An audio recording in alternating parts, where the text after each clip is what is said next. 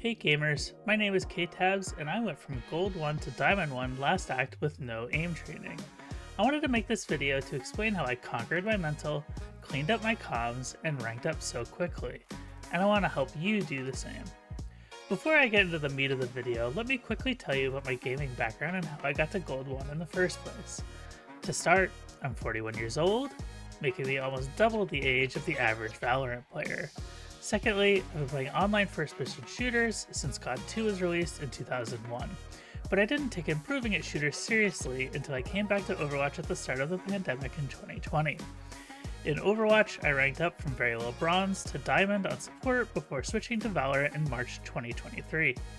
I dabbled in casual Val before then, but that's when I decided to take this game seriously and try to rank up. I was initially placed in bronze as I figured out the basics of Valorant, crosshair placement, the movement aim penalties, and everything else. I first hit Gold 1 in May, but stayed there for a few months.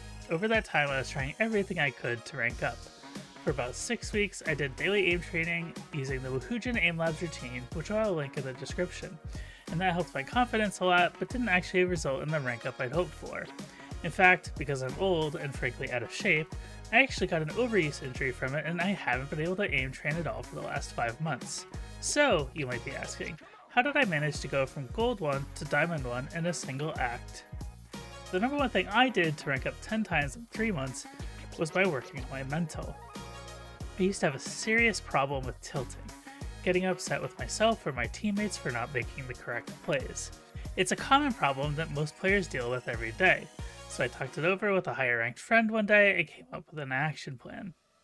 I realized that I was expending way too much energy and mental space at getting upset at the game, but getting mad at myself was not making me play better or even feel better about myself, and it's impossible to just snap your fingers and make your teammates magically better at the game.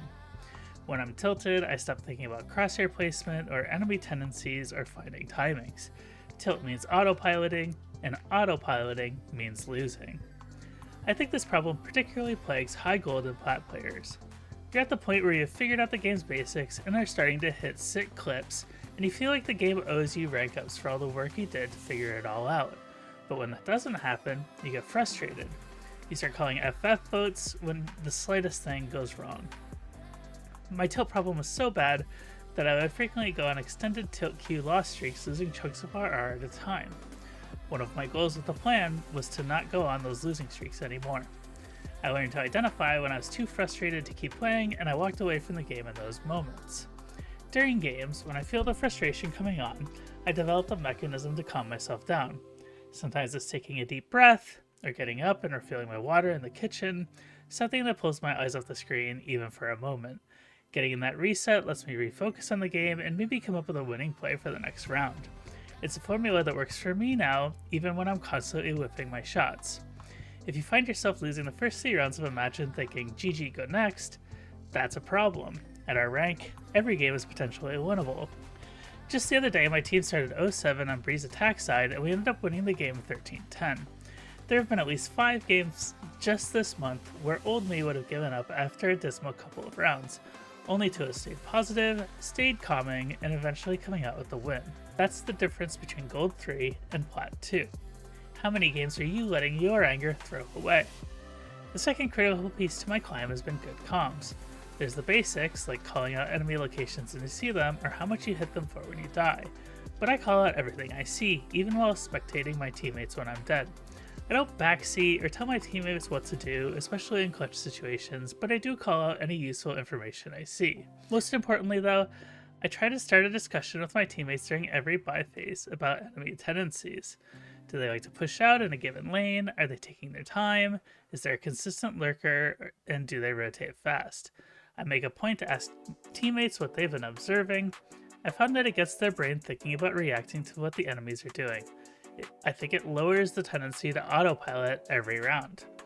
After we have the buy round chat, I'll sometimes offer a way to attack or defend that round based on that conversation, especially if no one else has a plan. In this way, I frequently accidentally become the IGL or in-game leader of my solo queue games.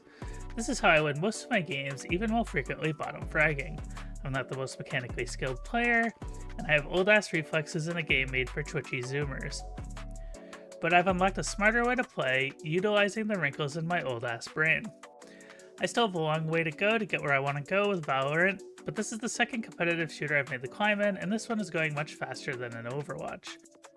By focusing on your mental, cleaning up your comms, and focusing on how you can take advantage of enemy tendencies, you can rank up just as fast as I did. I'll be making more gaming videos going forward this year, so make sure to like, subscribe, and leave a comment about what you found helped you rank up or you think is holding you back. Later, gamers!